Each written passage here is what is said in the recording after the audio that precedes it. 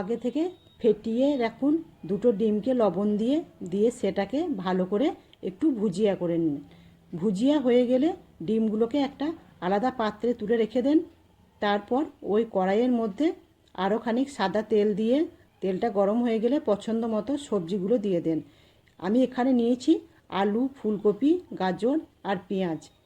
High ফ্লেমে এটাকে ভাজতে থাকুন একটু লবণ আর হলুদ দিয়ে। হলুদটা নাও দিতে পারেন। এবারে কয়েকটা রসুনের কুচি দিয়ে দেন টেস্টটাকে আরও একটু বাড়ানোর জন্যে। এবার একটা সস দিয়ে দেন, soya sauce, green sauce, red chilli sauce আর টমেটো কেচাপ। সবগুলোকে আমি একটা বাটির মধ্যে রেখে দিয়েছিলাম, সেটাকে দিয়ে ভালো করে মিক্সড করে নেন। আর আগে থেকে চাউমিনগুলোকে লবণ দিয়ে সেদ্ধ করে রেখে দিয়েছিলাম, সেগুলোকেও আবার দিয়ে ভালো করে মিশিয়ে নিতে হবে।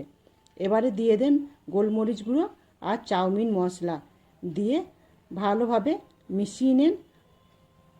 এবারে যে ভুজিয়াগুলো করে রেখেছিলেন সেই ভুজিয়াগুলোকে দিয়ে 2 মিনিটের মতো নেড়ে নেন। একেবারে আমার চাউমিন রেডি হয়ে গিয়েছে।